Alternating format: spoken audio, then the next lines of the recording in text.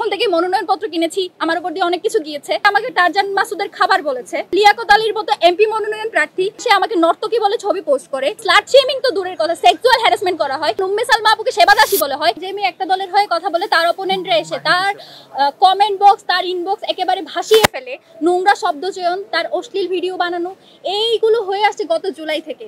তো আমাদের যেটা আফসোস সেটা হলো গত 16 বছর ধরে যাদের সাথে থেকে, যাদেরকে আমরা ভাই হিসেবে পাশে রেখে এত বছর ধরে যুদ্ধ করেছি, যাদের সাথে হাতে হাত রেখে, যাদের পাশে পাশে থেকে আমরা জুলাই আন্দোলন সফল করেছি, সেই সব ভাইয়েরাই যখন আমাদের সাথে এই ধরনের শব্দচয়ন করে বা আমাদের ব্যাপারে এই ধরনের ভিডিও বানায়, অশ্লীল কুরুচিপূর্ণ কথা বলে, তখন সেটা আমাদের জন্য আসলেই কষ্টকর এবং সেটা হচ্ছে আমাদের জন্য কি বলবো, আমাদের জুলাইয়ের একটা ব্যর্থতা বলে আমরা মনে করি।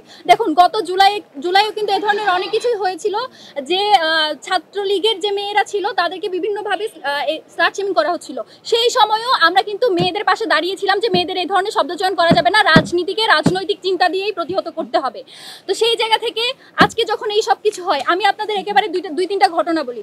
যখন আমাদের ভাইয়েরা, ছাত্রদলের ভাইয়েরা যখন এই ফ্রেমিং করার চেষ্টা করে যে কারো কি ধরনের কে কাকে সমর্থন করে সেটার ভিত্তিতে যদি কেউ নেতা হয়ে যায়, এই যে পোস্টেড নেতা সহসভাপতি কেন্দ্রীয় হাসান আল আরিফ, সেই যে আমাকে টারজান মাসুদের খাবার বলেছে।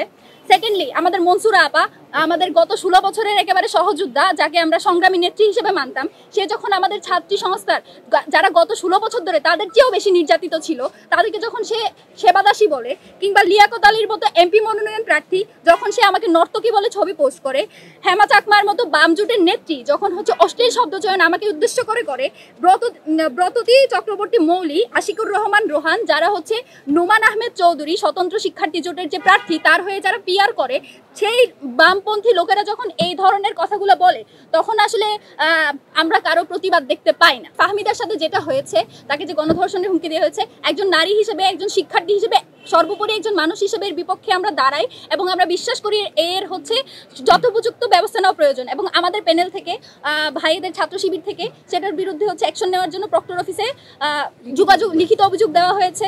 এবং আমি যতটুকু জানি ভাই সম্ভবত ফাহমিদাকে ওভার কলও করেছে তার ব্যাপারে যে কোনো সাহায্য লাগলে জানাতে। যখন আমাকে নিয়ে কোনো অশ্লীল ভিডিও বানানো হয়, আমাকে যখন ফেসবুকে এই ধরনের শব্দচয়ন করে একেবারে মানে স্লাট শেমিং তো দূরের কথা, সেক্সুয়াল হ্যারাসমেন্ট করা হয়, যখন উম্মে সালমা আপুকে সেবাদাসী বলা হয়, কেন সে হিজাব পরবে সেটা নিয়ে যখন আমাদের বুদ্ধিজীবী মহিউদ্দিন মোহাম্মদের মতো বুদ্ধিজীবীরা হচ্ছে বিরাট প্যারাগ্রাফ লিখে, তখন তো আমাদের কোনো বিশ্ববিদ্যালয়ের কোনো শিক্ষক সেই ব্যাপারে কোনো একটা টু শব্দ করতে আমরা দেখি না।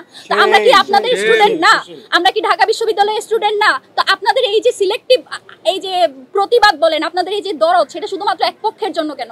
যদি আপনারা ঢাকা বিশ্ববিদ্যালয়ে যদি নিরাপদ ক্যাম্পাসই তৈরি করতে চান, বারবার এই যে বলেন লেভেল প্লেইং ফিল্ড তৈরি করবেন, লেভেল প্লেইং ফিল্ড আপনি কেমনে তৈরি করবেন যখন আপনি আপনার অপোনেন্টের ব্যাপারে কথা বলতে পারেন না? তো জিতে আসলে তো আপনি শুধু আপনার দলের জন্যই কাজ করবেন, আমাদের জন্য কাজ করবেন বলে তো আমরা মনে করছি না।